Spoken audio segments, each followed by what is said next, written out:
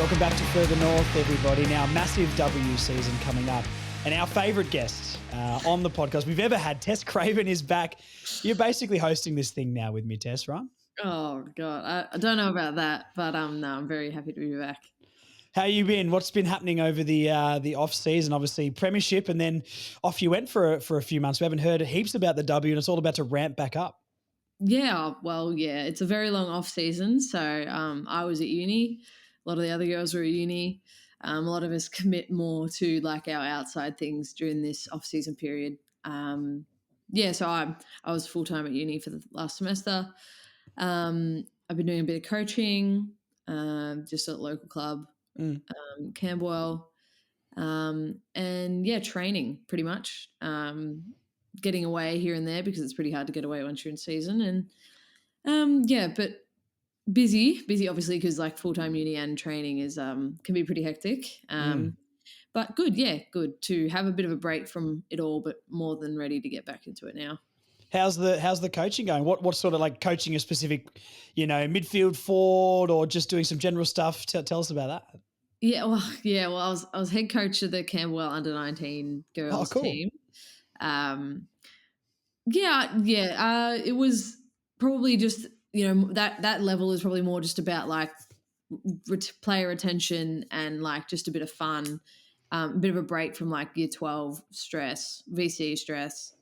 So it wasn't anything super serious. I think it probably taught me more about leadership and confidence and, responsibility more than like a footy coaching sort of thing. I think in that way, it was probably a good introduction should I choose to, continue with coaching when I'm older at a more, at a higher level of footy. But yeah, it was just something to do, something I was interested in, getting into for now. Season didn't go as we wanted. Didn't make finals. I was going to ask, where'd you end up? Oh, nah, second last. Oh, no. But the girls seem to have fun, and hopefully I've got converted some to North, at least in the women's. Try my best. Few Carlton fans and everything, as is to be expected. But it was good experience for me, good learning experience. I'm glad I got that under my belt now. Yeah, that's cool. And that's a good point too. Like, all the girls that are playing, maybe you can convert some over to North and we can get a few more members through the door and everyone can be turning up. And this is the time to jump on. Hey, if you get on now, you go through the hard times, then you can say you were there from the dark days when we win the premiership one day, and that's cool. And hopefully everyone gets to all the games. I mean, the W is back. It's next week, right? It's I've got the date up here. What day is it on? Saturday? This Saturday, yeah.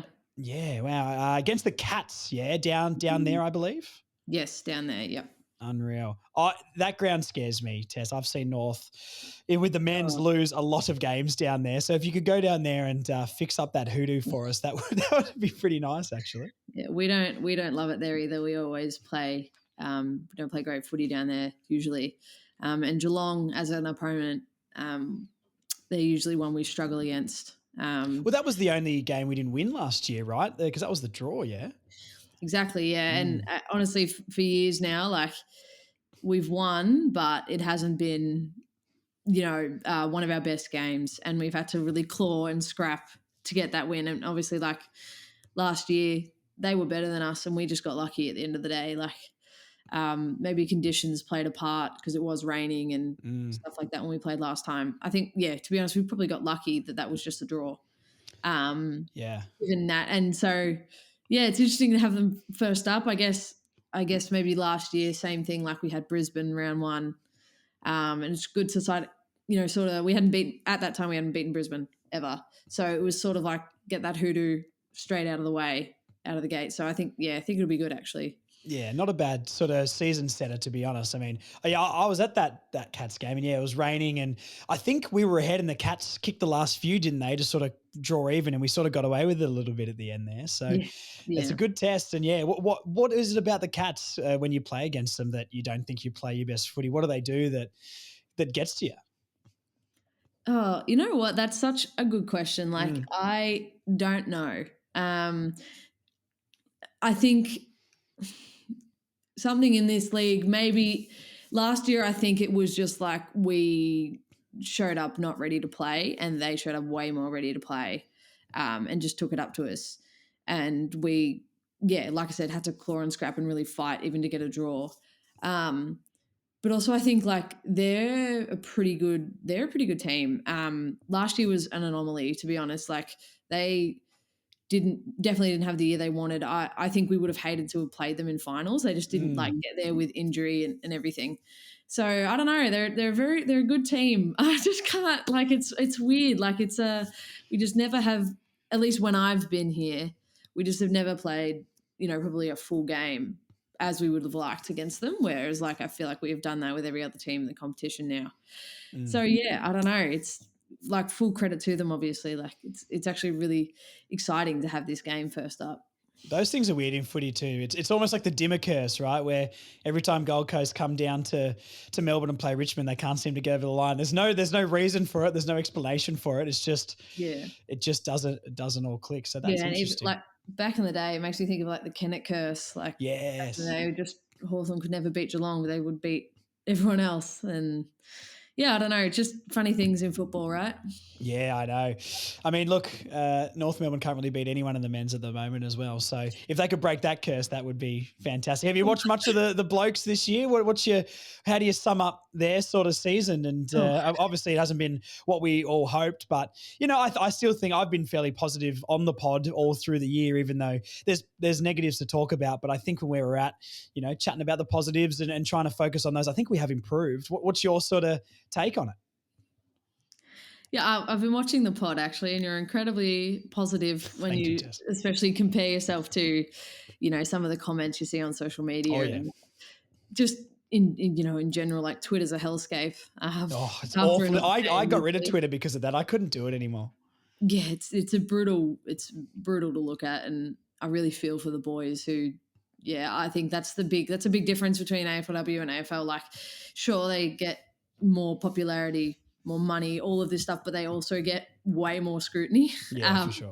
personally, like from an individual Yeah. level, like they get scrutinized to like the nth degree. Mm. So I really feel for them. What do I feel about the season? Like, I feel like the obvious thing is like it's not what anyone would have liked. But I guess like there's signs, which I think is a big step from maybe like I've been here since I think John Noble's been. I've been at North since John Noble was coach, and there's just times that you don't even look near it. Most of the Mm. season, like you can't see what they're trying to do or anything. But I think this year there's like, especially in like the Melbourne game and the Carlton game, and a lot of like small periods and other games, you can see what we're trying to do. It's just a matter of continuity over a number of years now. I think we as in our program, we had to build to get to where we are now. Like we didn't just click and win the flag. Like it Mm. took us 5-6 years to start playing the football that won us the flag. So yeah, I think just time and patience. And I understand it's hard because it's been a long time now, but yeah, I enjoy your perspective. It's very positive, and you trust the club, which yeah, I think is really important in this time. Yeah, I mean, obviously I agree because that's my opinion, but yeah, I don't know. I think people sometimes look for the negative as well, and I think this day and age, and it makes me sound like a big old boomer, doesn't it? But people sort of want the downfall a little bit and want to find something to hate on. I think that's the way you get popular online. You get people clicking, commenting, viewing your stuff. I mean, I had a reel and a TikTok go viral last week when I sort of talked about Paul Curtis's suspension and then Tom Stewart not getting anything for a fairly dangerous act. And I understand his was a football act, but then Paul Curtis got suspended for 3 weeks for a tackle. So I'm a little bit confused. I wasn't trying to compare them per se. I was just talking Mm. about more the confusion. It got 200,000 views across the platforms, and people are messaging me saying awful things to me. Although there's 400 comments there, people saying some awful stuff. But I think people want that. So I try to make the pod very, very different in the fact that I don't think I'm making up stuff that I'm seeing. I definitely feel like there's a platform that we can build off this year to then jump a little bit more next year. Mm. Um, I think some of the stars maybe need to get back to the form they did last year, but I think the lower part of the list has been much improved. Even things like Cooper Trembath debuting on the weekend, kicks 3, and that's awesome stuff. You know what I mean? So Yeah. I'll keep jamming the positivity down people, mate, because I'm not here for the negative, and I'll call it how I see it a little bit with negative, but I think there are positives, and I don't want people to forget that. And I think it's easy to forget in a bad season, you know? Oh, and look, I think social media is like people feel emboldened to say whatever they want to say and think they can say because Yeah, there's that like parasocial, like they don't feel like they're it really representing them because they can hide behind a username and for sure. a profile picture and everything. So, yeah, people feel very, very brave to say whatever they want on social media. I mean, being a part of the A4W, people say a lot of things about our competition overall, For sure. a lot of the time, and it's just because they feel emboldened to. So, yeah, what can you do? I mean, it's not going to happen overnight, no matter how angry you get. So, Mm. yeah, just need some patience. One thing we don't need patience with, Tess, is the W, because we're trying to go back to back this year. All right. And I'm excited for it. How's training been going? Is there anything different to expect maybe when we watch you guys this year? I know you had is it only one pracky game against the Bombers, or maybe there's been some intra-club stuff? I mean, how much have you done pre-season? Yeah, well, I think our 12th week of preseason came to an end on Saturday. We had an intra club Mm-hmm. then, and we did play the Bombers the week before that, and then the week before that we played the Bulldogs. Okay. Yeah, honestly, it's strange. Obviously, it's our preseason has been extended by I think two weeks or something, 2.5 weeks or something. So it's a bit longer. We started earlier. We've had to go for longer in the actual preseason phase, not off season. In saying that, like you kind of all the weeks kind of blend together because you just kind of get in your routine of training, and then before you know it, you're halfway through. We got nice gold labels on Ooh, all our training gear, which is very cool. fantastic. Look, if in all honesty, we got beaten by the Bulldogs in the Pracky a couple of weeks ago, and I think that was a wake up call we needed. Like, I feel like it's easy at times to rest on your laurels a bit and just expect it to happen. And I think, yeah, we just had a wake up call. We got beaten by a team that wanted it more, and I know it's only a pracky, or I think the official term is a match sim or whatever. But Yeah. We just like it just taught us what happens if we don't show up, and I think it woke us up to our standards at training and what's required to be at the level that we know we're at. Especially given like we've traded in talent and haven't really lost, significant chunks of our list. Obviously, a couple of girls, a lot of my close friends, unfortunately, didn't get a contract for next year or traded out. And yeah, so I think given that result, like it wasn't like close, like they just beat us. They were just better, and it felt like that the whole game, and we're all quite shell shocked. But then we got into training that Monday, and we were like, we knew how to fix it. We knew what went wrong, and ever since then, I feel like standards have been really good. We're back to where we deserve to be. We obviously have to work to get what we deserve. Obviously, the result against the Bombers was very pleasing. I was going to say you came back and clearly fixed some things because you chucked them aside pretty easily. Oh yeah, I mean, yeah, I think when you really again, like we really set our mind to playing as we need to play, and it's a long time without playing any footy, so yeah, it was pleasing. I think we're hitting our peak at the right time for sure. Yeah, that's exciting. I mean, I don't know if we can expect. I don't know even if it's fair to expect the same standards as last year because you didn't lose a game. You know what I mean? So it's hard. It's like we're obviously as fans going into these games being like we're going to win every single game this season. It's a crazy standard to sort of hold, but hey, we did it, I guess. And going back to back would be fantastic. Is there any difference with the way you're going to try and play? You don't have to give me all your secrets, obviously, but is there anything different? Going in to try and defend because you're the hunted now, right? You're the pinnacle. So teams going to be coming at you. How do you sort of try and counteract that? Tactics or different position changes? Is there anything you can do to sort of try and make sure you go up another level when you've sort of set the standard?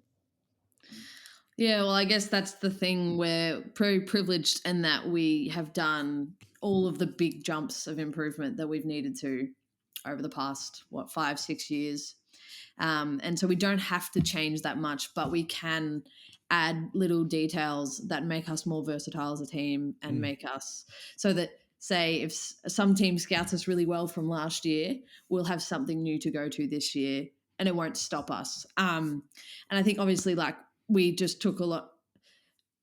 Speaking about the not losing or whatever, I Yeah, think we had our loss in the Pracky match, and I think that's what like the best time possible to have that sort for of wake sure. up call into like you can have as many strategies as you want, you can have all these plans, and you can expect all this to happen, but you don't show up on the day, it's not going to happen.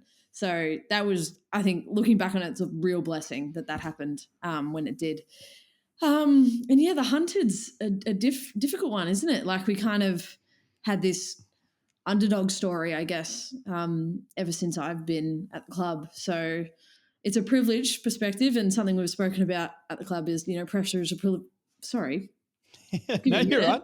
right. Go for it. Go for it. If I can say it, pressure is a privilege. There you go.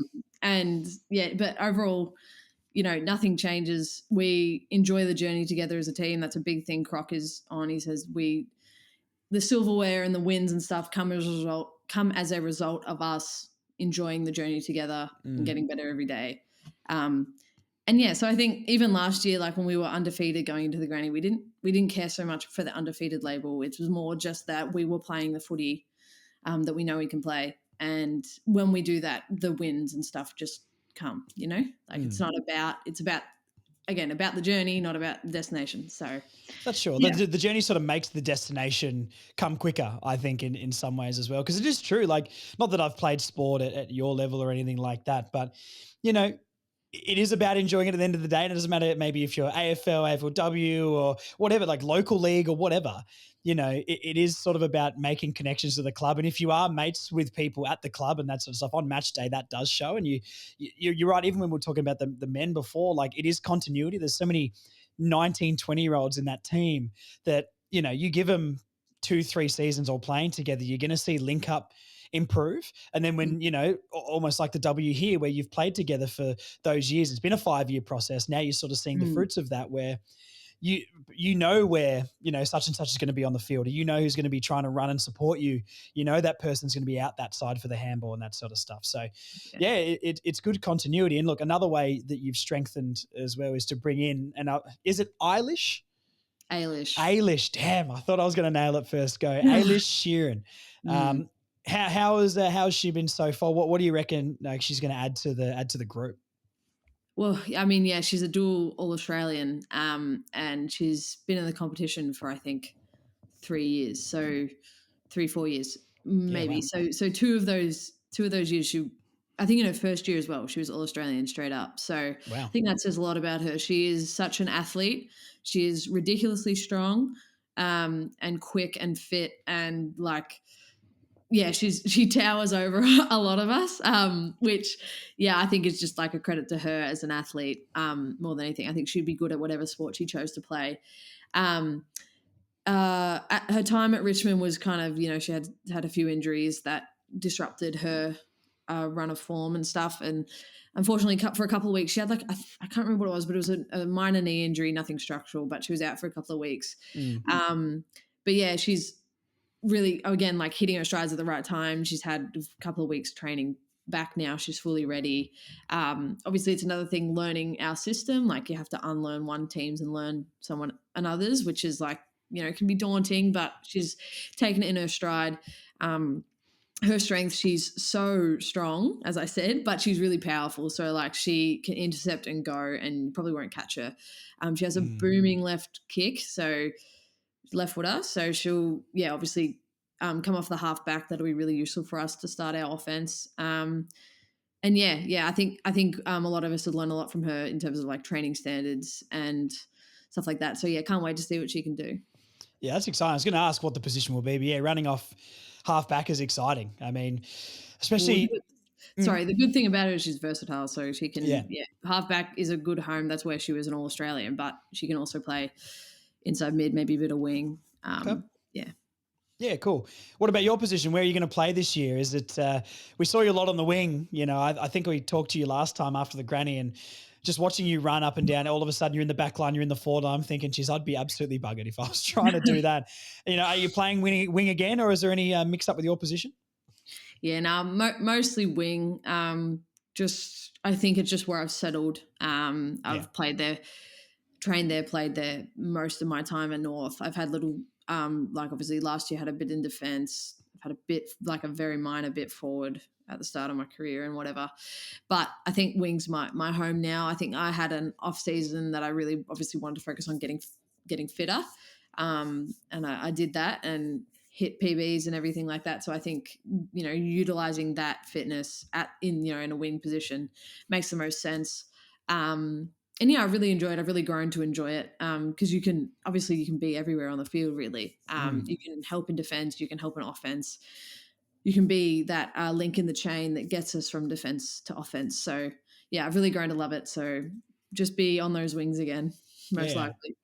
Unreal. Every preseason, there's someone that's training the house down, right? We had Darcy Tucker's training the house down. Ball a few years ago had a six pack and all this sort of stuff. He was training the house down. Who's training the house down in the W right now? Okay, you got to call someone out here. Who's going to Oh have the wow, biggest season ever? It's a lot. It's a lot of pressure. that is a lot of pressure. Mm. Um, oh golly. Has anyone come There's back in like a different mindset, or just the rig is outrageous? And like, how are you running so fast and jumping so high? oh well, look, she's already a champion, but she's the first one I thought of in that. Yeah. Jasmine Garner has gone to another level Oh, in her. surely not. You surely can't go to No, more but levels. in her physicality, like she is Crazy. fitter again and stronger again, and that's just going to take her to another level, obviously. Mm. Um, oh wow, there's like so many people. Like maybe a bit biased. I love my wingers, so I feel like Gaddy and Smitty have had great preseasons. I've done a lot of preseason work with Gaddy and actually Ruby Tripodi. Mm. So they all come to mind, to be honest. Yeah, it's really like I've named all midfielders. The girls will hate me for that. But they're just the ones who come to mind. Like we do a Yeah. lot of our off-season running together.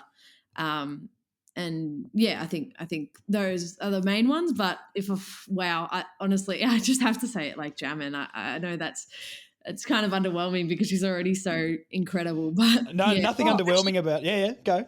we've got someone. Yeah. Blaheen Bogue. She's one of our Irish girls. Okay.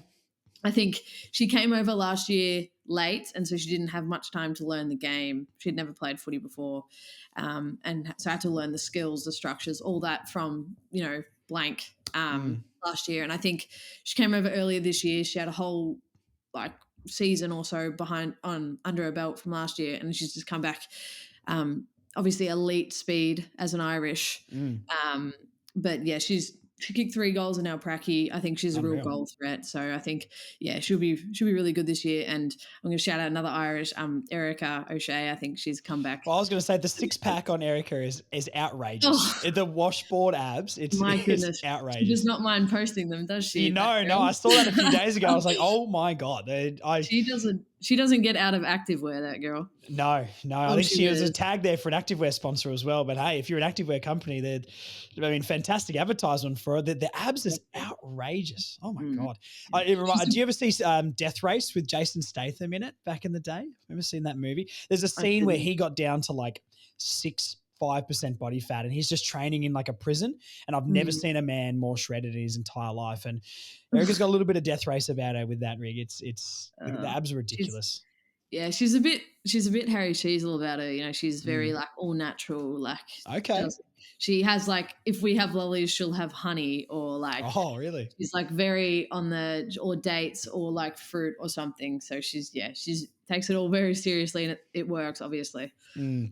And look, just to touch on what you said before as well, if there's another level for Jasmine Garner to go to, then I'm very excited to see it. You called it underwhelming before as an answer, and it's absolutely not because look, we saw what she was able to do last year, and if there is another level to that girl, then I'm crazy excited to watch that. She's captain as well now as well, so Yeah. leadership and on the field, she's going to be an absolute superstar. That's exciting. How's she been as captain so far? Yeah, I think that was a no-brainer for everyone. Oh, maybe between her and Ash, I know I was tossing up completely. I think I just said when I did my vote, I said, look, either Jamin or Ash would be fine for Yeah. me. Like, they're the best of friends, those two, and yeah, I think it was really natural for Jamin. Like, she's so team first. As someone who's as decorated as her, like one of the best of all time. Yeah. Somehow still doesn't have a league BNF, but I'll give it time. I think give it time. Maybe I'll as a call it. captain, should I'll be call it. noticed. But yeah, you wouldn't know it by the way she carries herself. She's very humble. Engages everyone in such a, just a friendly manner. She never acts like she's better than anyone. She's so team first, as I said. And so, yeah, just a no-brainer. And obviously, with her ability on the field is just Oh, incredible. People come to games to watch her. So to have her as our captain is, it's really, really pleasing. And I'm really proud to have her as my captain. Obviously with Carnes, like huge respect to her for leading us absolutely. over our whole existence up until this point. And she's responsible for where we are, just as much as someone like Croc is. So yeah, I think it's good for her, Carnes personally, just to take some weight off and just enjoy her footy. And Jammin's more than capable. Yeah, unreal. And look, one of my favourite players, Tess, you're my favourite player, but if there's a close second, Vicky Wall. Vicky Wall. Yep, there it is. I'm so excited to watch Vicky Wall play. The club posted that she's back. Are we going to get some vintage Vicky Wall this year? I want her absolutely barreling people over. I'm so excited.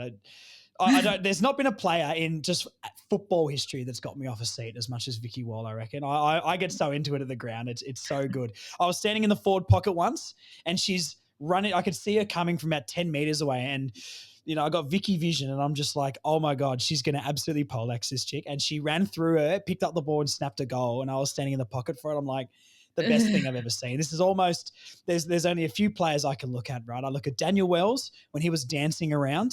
I can look at prime Sean Higgins, and it's Vicky Wall because it's box office stuff. I'm so excited to watch her play. They're not getting a better pump up than that as well. Wow, I've really gone on the tangent here, haven't I?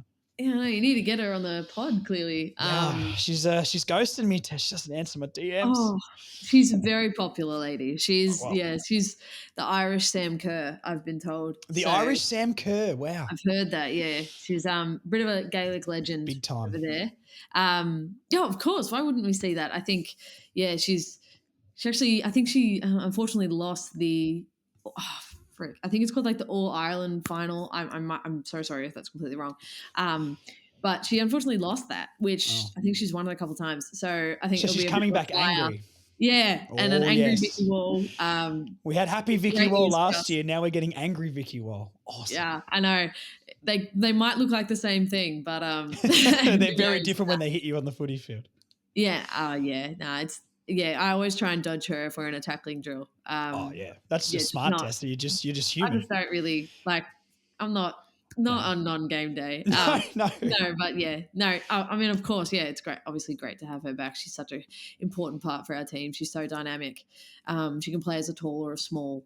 And yeah, it must be an absolute handful for opposition teams to figure out what they're going to do with her. So it's great to have her back. All right, a few rapid fire questions here, and then we can finish it up in 1 sec. Right, who's going to kick the most goals? Who's leading goal kicker for the team this year? Talia Randall. Oh, no Sherlaw. Interesting. Okay. Yeah, I mean, they'll probably be very even, but I just think, I don't know. No, go with your gut. Go with your gut. Okay, BNF. Jasmine Garner. Yeah. If it wasn't Jasmine Garner, though, go second. Go top 3. Jasmine Garner. Second, Ash Trudell. Okay. Third, you might sneak in there, Tess. You can say yourself. Oh, golly. Shush. Third.